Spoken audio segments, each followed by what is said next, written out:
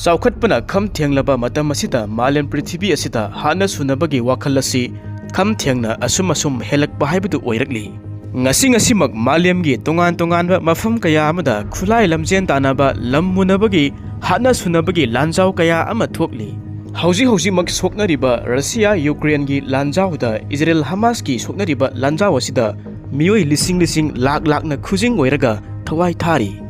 Haujiksu Russia amadi Ukraine leibak ani sigi lanpham asigi matung tarakpada muknariba leibak ani asina maram oiraga Russia amadi NATO gi leibak singa akanba lanjau amasu lakpagi oithokpasu leirivani. Karigumba Russia amadi NATO leibak singa akanba lanpham ama lakpa taragadi masida Russia matomta leiroi. Masida Russia gi misangda sakti leirava leibak China amadi North Korea su yausilakani. Masina maram oiraga Malemda amukta thoktriba achauba lanjau amasu hauji lakpa yabagi oithokpasu leiri. Malemgi ani suba lanjau gi matamda political ideology fascist capitalist amadi socialism da yumpham oiraga soknakhiba lanjau oikhi adubu karigumba handak Malemgi ahum suba lanjau ama lakpa taragadi masi Malemda economy gi oiba lanjau haibadu oigadori. Lan haibasidabu mamangda thokibasing aduda lammunaba khulai lamjen tanaba asigumba oikhi adubu tungda lakadoriba lanjau sing asidi sen thumgi oiba leibak amagi senmitlonda yumpham oiba economy gi oiba lanjau sing oirakadoribani.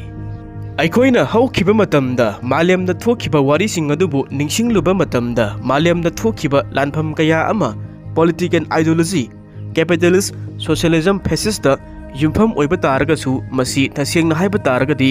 sen thumga mari sauna lainarami. Matam amagi Soviet Union na kaidringaida mapangal kallingaida Malem Prithvi asida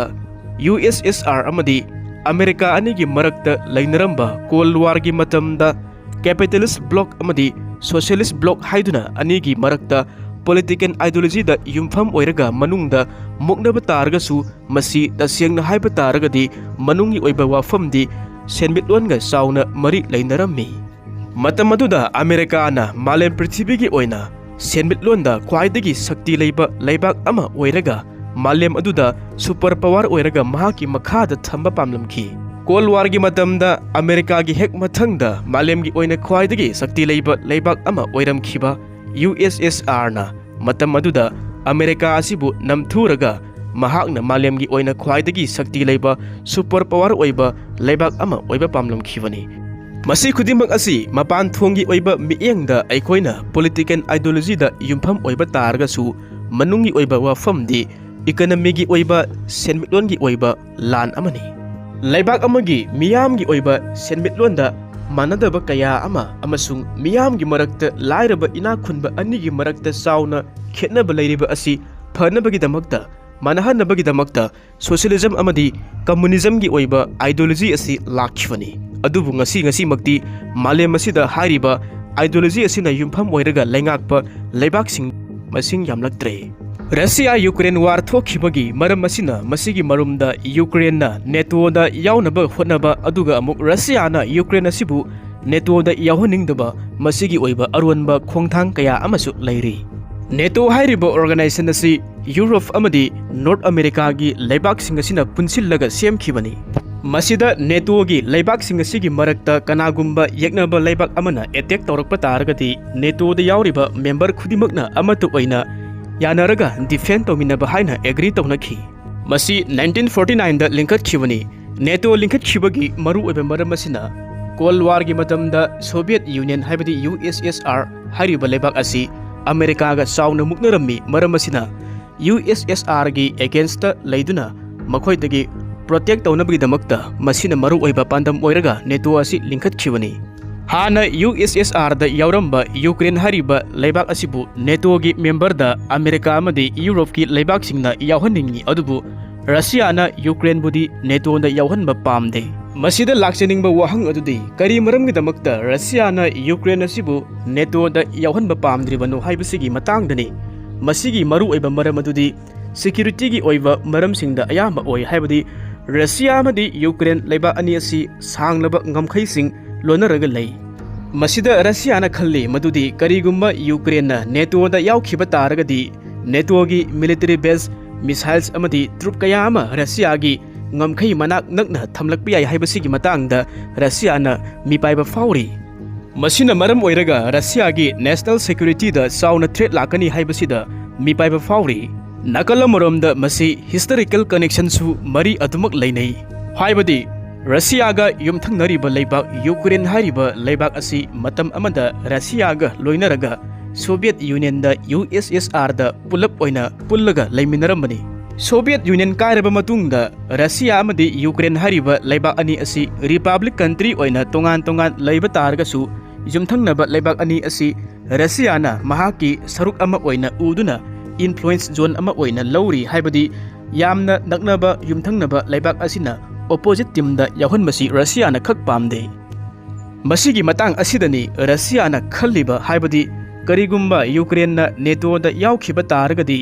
Russia na Ukraine gi mathakta influence thamba amadi control tawraga thamni haibasigi matang asida mahaki power asi hantharakani haibasi Russia na khanjai maram asina Ukraine khaknatana eastern gi leiriba Europe ki country sing asida Russia na control tawnaba phonaba amadi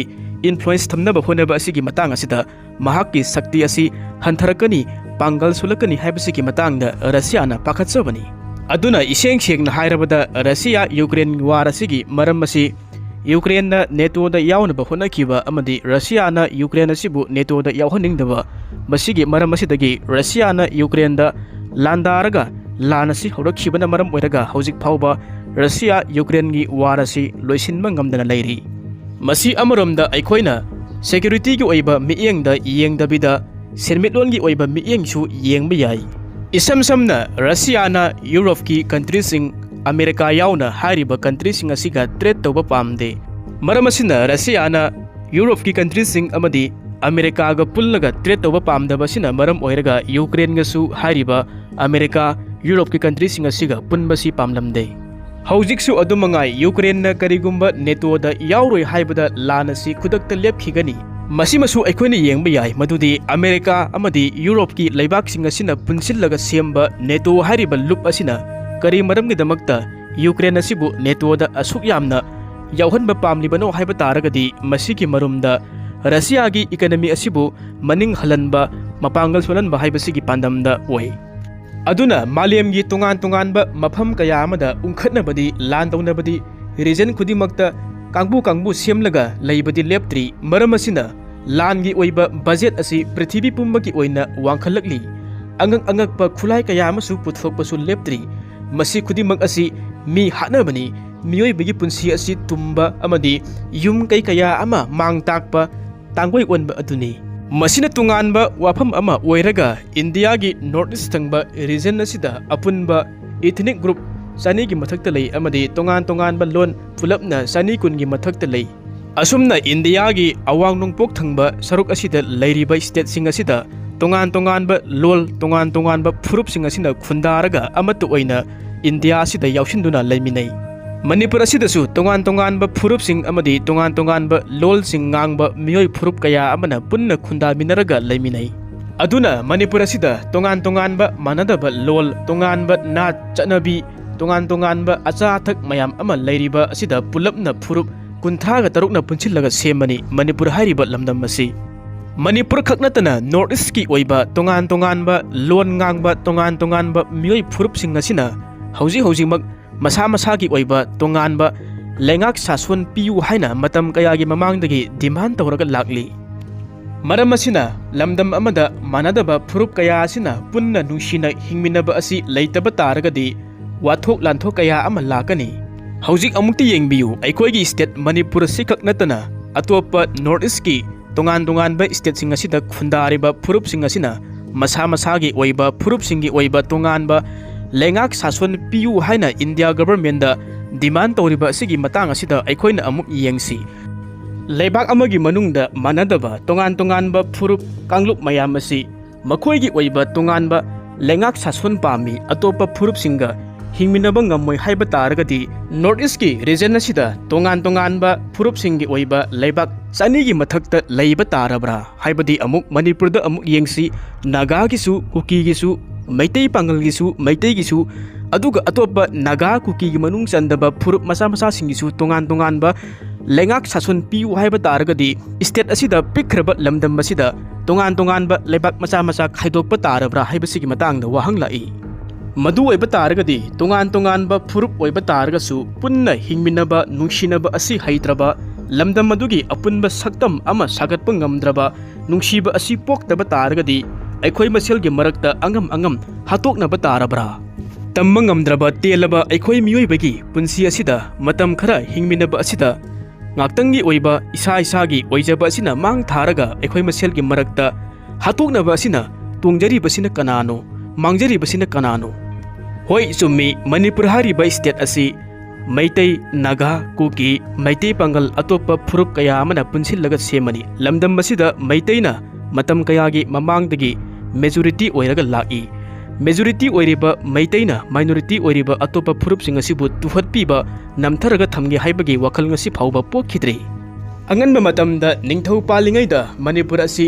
maitai khaktagi oiramde singmi su yawi tangkhul kabui sothe koireng maring na chingba wari mayam amasu lei thiengna lakpa khongjaidi ngallingai gi puari gi sarukta makhoidi yauramdre manipur asina 1947 da british ki makhuttagi maning makha tamba matamda lamdam masida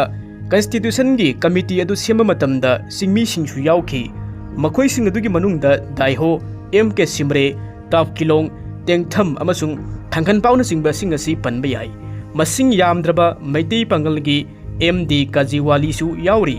matam adugi ningtamba manipur gi mikhal pangthoktuna khanba mihut yankhai gi humdoi gi manungda tamgi kunthra singgi taraga nipan